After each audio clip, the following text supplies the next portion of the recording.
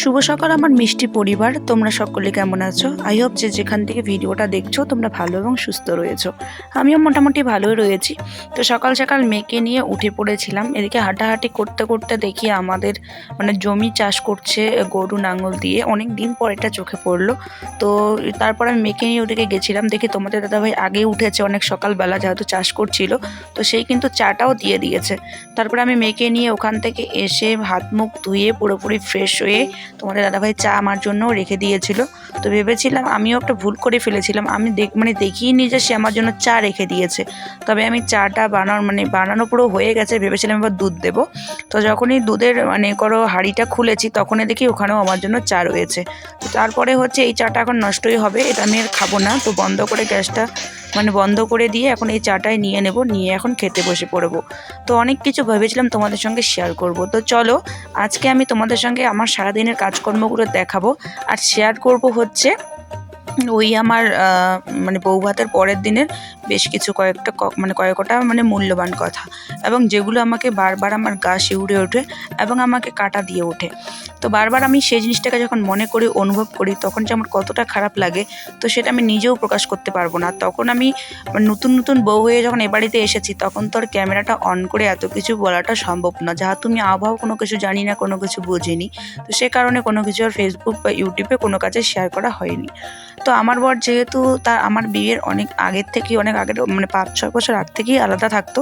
তো আলাদা বাড়িতেই কিন্তু আমার বিয়ে হয়েছে। কম বেশি সবাই জানো যে আমরা কিন্তু বিয়ের আগ থেকে আমার বর আলাদা। আর আমি যখন বিয়ে করে এ বাড়িতে এসেছি, আমি আলাদাই, সবার থেকে দূরেই রয়েছি। তো জয়েন্ট ফ্যামিলিতে আর জীবনও থাকার আশাটা আমার অন্তত পূরণ হলো না। সেটা আমি হয়তো আর এই জন্মে পারবো না। তো যাই হোক, কোনো কিছু আশা, কোনো স্বপ্ন পূরণ হয় না। সবার তো সব স্বপ্ন পূরণ হওয়ার কথা নয়, তাই না? কিছু কিছু আশা, কিছু কিছু স্বপ্ন তো অসম্পূর্ণও রয়ে যায়। তো ব্যাপারটা হয়েছিল এরকম। আমার বউ ভাতের পরের দিন সকাল সকাল ঘুম থেকে উঠে তোমাদের দাদাভাই কিন্তু গিয়েছিল বাজারে কিছু প্রয়োজনীয় জিনিসপত্র কিনতে বাড়ির। যেহেতু আমাদের ঝাড় দেওয়ার ঝাড়ুটা বা চা খাওয়ার একটা কাপ বা জল খাওয়ার গ্লাস পর্যন্ত ছিল না। যদিও আমার বিয়ের দান দক্ষিণাতে আমি অনেক কিছু পেয়েছি, সেগুলো ঠাকুরের আশীর্বাদে আমার কিনতে লাগেনি অত কিছু। হাঁড়ি কড়াই থালা বাসন অনেক কিছুই পেয়েছি আমি। আর আমি অনেক কিছু কিনে রেখেছি, জমিয়ে রেখেছি, যেহেতু একলা সংসার আমি জানতাম। তো তোমাদের দাদাভাইয়ের যেগুলো প্রয়োজনীয় জিনিসপত্র আগের ছিল সেগুলো ওই বাড়িতে রয়েছে, আনা কিন্তু হয়নি। ও আগে যেখানে ছিল সেখানেই আর কি। তো যাই হোক, এ বাড়িতে এসে বাড়িঘর সবই নতুন, আমিও নতুন, আমার জিনিসপত্রও নতুন। তো সবে রইলো। এবার মেন কথায় আসি। সকাল সকাল উঠে আমি যখন ঝাড় দেবো, তখন দেখি বাড়িতে একটা ঝাড়ু পর্যন্ত নেই। ওরকম করে হাত দিয়ে প্লাস্টিক যেদিক সেদিকে পড়েছিল সেগুলো কিন্তু কুড়ে কুড়ে ফেলেছিলাম। আমার সেদিন দিনটা এমনও খারাপ গেছিলো। একটা বিয়েতে কত মানুষ থাকে, তাই না? কিন্তু আমার বউ ভাতের পরের দিন আমার কাছে কোনো মানুষজন ছিল না। এমন সময় সকালবেলা আমি উঠে চান করে শাড়ি গুজাচ্ছিলাম, ঠিক সেই সময়ে প্যান্ডেলের কিছু ভাই এসেছিল। এসে যখন ডাকাডাকি করছে, তখন বাড়িতে কেউ সারা শব্দ দেওয়ার মানুষ ছিল না। আমিও নতুন বউ, বাড়ির থেকে তখন বের হয়ে যখন আমি বলি যে ভাই কি হয়েছে, তখন বলে আমাদের তো ভাড়া রয়েছে, তো প্যান্ডেলের যে যাবতীয় ভাড়া করাগুলো রয়েছে, হাঁড়ি কড়াই বালতি সব কিছু, এগুলো দিলে ভালো হতো। আমি রান্নাঘরে ঢুকে তখন দেখতাম, আর আমাদের তখন এই রান্নাঘরটাই ছিল।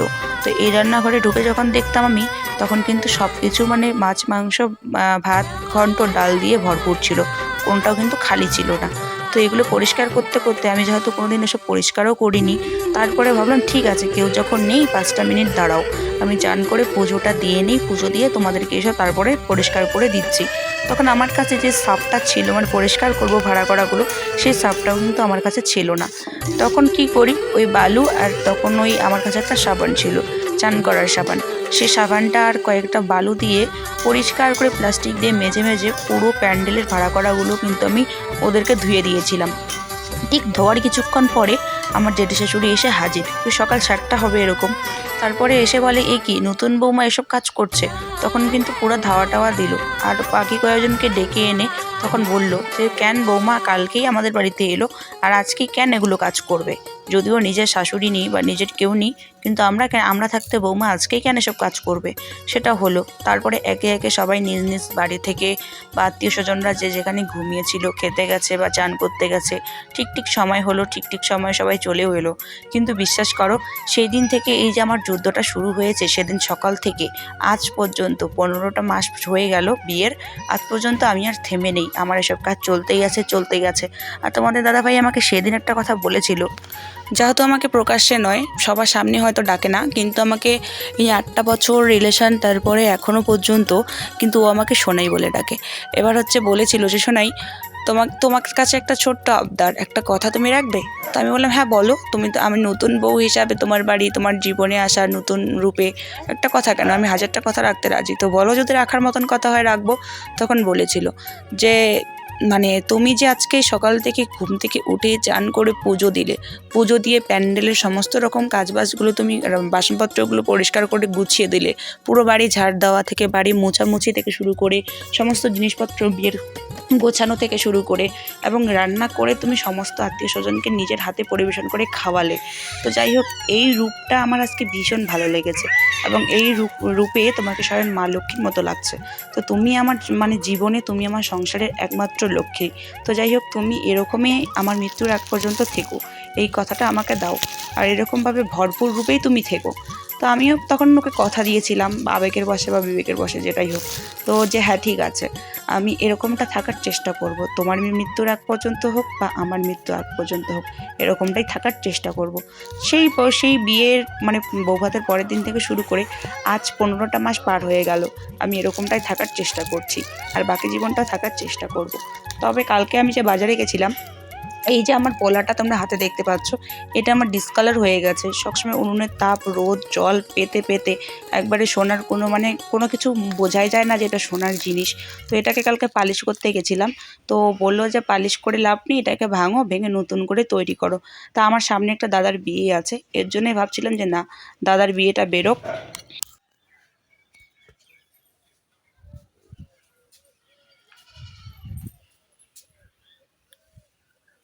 তো তোমাদের দাদাভাই সবসময় পছন্দ করে পরনে একটা শাড়ি থাকুক, আর সিঁথিতে সিঁদুর থাকুক, তারপর হাতে শাঁখা পলা। আর আমার যেহেতু 4টা সোনার আংটি, তো দুটো আমি পরি না। আর এই যে কালকে একটা নিলাম, এটা শুদ্ধ 4টা হলো। তো কালকে আমাকে এটা দিয়েও বলেছিল যে সবসময় এটা যেন তোমার হাতে থাকে, এই আংটিটা। আর এই যে নথটা তোমরা দেখতে পাচ্ছ, এই নথটা কিন্তু আমার প্রথম রিলেশনের পরে আমার বার্থডে সেলিব্রেশন হয়েছিল আমার বাড়িতে। তখন তোমাদের দাদাভাই আমাকে দিয়েছিল, বলেছিল এটা যেন কোনোদিন তোমার কাছ থেকে না খোলে বা না হারায়। যদি এটা তোমার কাছে না থাকে তাহলে আমি ভাববো যে আমাদের রিলেশনটা ভেঙে গেছে। তো তখন থেকে এটা আমি এখানে নিজে এই জায়গাটাতে নিজে ফুটো করে এটা পড়েছি, যা তোমার এখানে এটা হয় না, তাই এখানে পড়তে তো লাগবে, তাই এটা করেছি। তো তখন থেকে এটা কিন্তু আমার কাছে রয়েইছে, কখনো আর চেঞ্জ করিনি বা খুলিনি। তো এটা মনে হয় থাকবেই, আর তোমাদের দাদাভাইয়ের পারমিশন ছাড়া আমি কখনোই এটা চেঞ্জ করব না। আর এই যে এই পোলাটা নিয়ে আমার সমস্যা, কারণ এটা ডিসকালার হয়ে গেছে, কেমন জানি হয়ে গেছে, উনুনের তাপ সবসময় জল রোদ পেতে পেতে অনেকটা অন্যরকম হয়ে গেছে। তো কালকে আমি গেছিলাম বানিয়ার দোকানে, তো দাদাটা বললো কি যে এটা ভেঙে নতুন করে তৈরি করো। তো সামনে আমার দাদার বিয়ের জন্য ভাবছিলাম যে না থাক, আর দাদার বিয়েটা বেরোক, তারপরে এটা ধরবো, কারণ প্রচুর টাকাও লাগবে, আর একটুখানি সমস্যা চলছে, তো টাকা পয়সা হোক তারপরেই এটা করি। আর আর দুটো আংটি তোমাদের সঙ্গে শেয়ার করবো করে করাই হচ্ছে না। আমার সোনার কালেকশন, রূপোর কালেকশন, শাড়ি কালেকশন কিছু তোমাদের সঙ্গে শেয়ার করতে পারছি না, কারণ চ্যানেলটা একটুখানি বড় হোক, তারপর সব কিছু একটুখানি শেয়ার করবো। তো তোমাদের দাদাভাই আমাকে যে রূপে দেখতে ভালোবাসে, আমি সেই রূপে থাকতে চেষ্টা করি। আমিও তোরা সাজগোজ পছন্দ করি না, সেও করে না, কিন্তু সবসময়ের জন্য আর কি, থাকার জন্য ও চায় যে তার বাড়ির বউ যাতে একটুখানি তার মনের মতন করে থাকে আর কি। তো সেটাই তার মন রাখার জন্য চেষ্টা করছি। তো আজকে না আর কি বলবো, আমাদের তো মনে করো চাষবাস করছে, জমি কিছু কিছু আবাদ করার জন্য হাল করছে আজকে। তো সকালে রান্না করে সকলকে খাওয়ালাম, ওই যারা হাল করছে তাদেরকেও খাওয়ালাম। তো কী কী রান্না করেছি সেটা তোমাদের সঙ্গে শেয়ার করলাম, কী কী কাজ করলাম সেটাও তোমাদের সঙ্গে শেয়ার করলাম। আর আমার বড় বোন আমার মেয়ের জন্য বাটি আর চামচ পাঠিয়েছে পার্সেল করে, সেটাও তোমাদের সঙ্গে শেয়ার করলাম।